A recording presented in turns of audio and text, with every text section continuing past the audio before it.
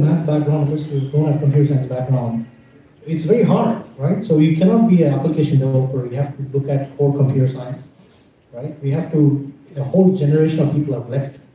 They have to be brought back. So a lot of things need to be done, and this 20-year-old has to do a lot of work.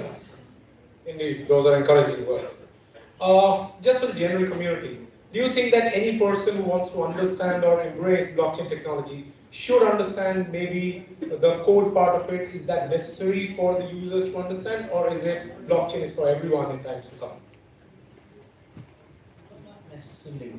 As a user, I don't think that every user needs to understand that. We all are using today Google Maps, right? Yeah, each and everyone in this room. Maybe but we don't know anything about AI, right? So that's called the power of technology. If the technology is really wrapped up good and it's touching the masses.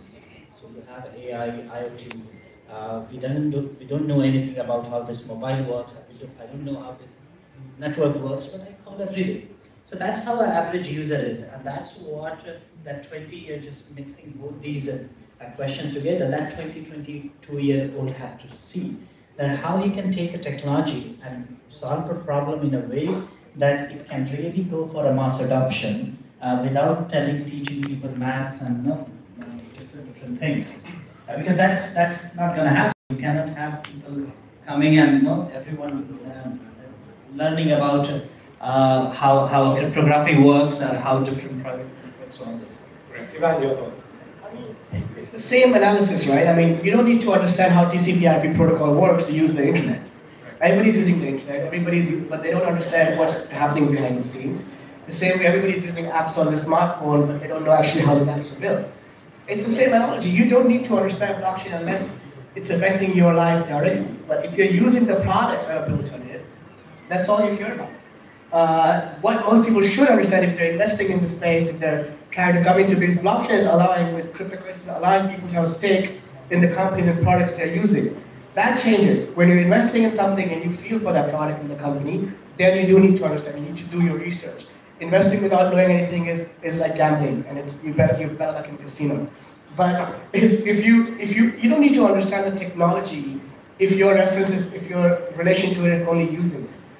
That's what you have to care about. You should understand, you should know what you're doing better, and that's all you need to know. I don't think everybody will understand blockchain. I don't think they need to understand blockchain. I think they would, but because I believe blockchain is almost as good of an invention as the internet, it would benefit you if you understand and know how the world is changing around you. If you're ignorant to how the world is changing, the world is moving so fast, technology is growing so fast, you will lose out one way or the other. If you don't understand how the world moves and changes, you will lose out, and that can affect you.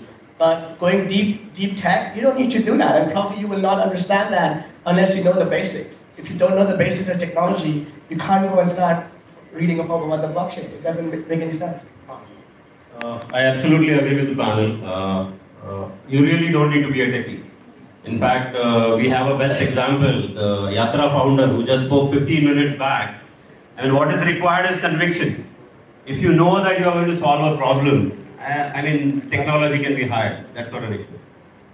Yeah, it's really simple. My dad, he's 60 years old, talks about, it's not a technician, this is a veterinary, and they took about 3 hours to understand blockchain. Now he wants to blockchain to put the ledgers on the toilet. So it's really easy. I think that media, it's confusing blockchain with cryptocurrencies. This is the real problem, because in Italy or in Europe, there's no blockchain, just cryptocurrencies.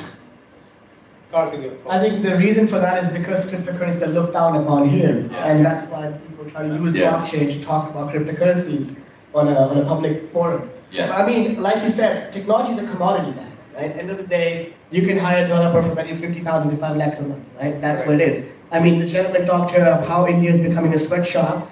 It is what it is. I mean, you can't doubt it. I also have 300 of these commodities working for me, building products. But India also has the potential to make a change and take the lead on that. If a few of these people were able to put the work out there and think for themselves instead of just working for somebody else. Most people look for stability, and entrepreneurs can't have that. You gotta have the risk-taking ability to build something great. No doubt India will have maximum talent for blockchain. I can say that with a lot of conviction. because the numbers work in our favor. But blockchain is going to become a commodity at the end of the day. It's going to be like anything else, and you can buy and sell the commodity on a daily basis. That's quite good. Any questions from the? Well, we've got one question here. Can we pass on the mic? I'll get the mic, please, sir. It's Sanjeev Kumar from Upon Pune. In fact, what I'm getting from all of you, a typical manufacturing company, you have set of suppliers, and you have set of customers. One side you have payable, one side you have receivables. Now, using blockchain, are you saying that the ledger can be shared, and the audit can happen then and there, and there is no need to do statutory compliance or something like that? Is that the? When you're trying to find a immediate solution for the panel here. Asking, the government has also come out, that if you're on blockchain, you don't need to reconcile your receivable payable. Don't kick out the chartered accountants who actually conduct the audit. But nevertheless.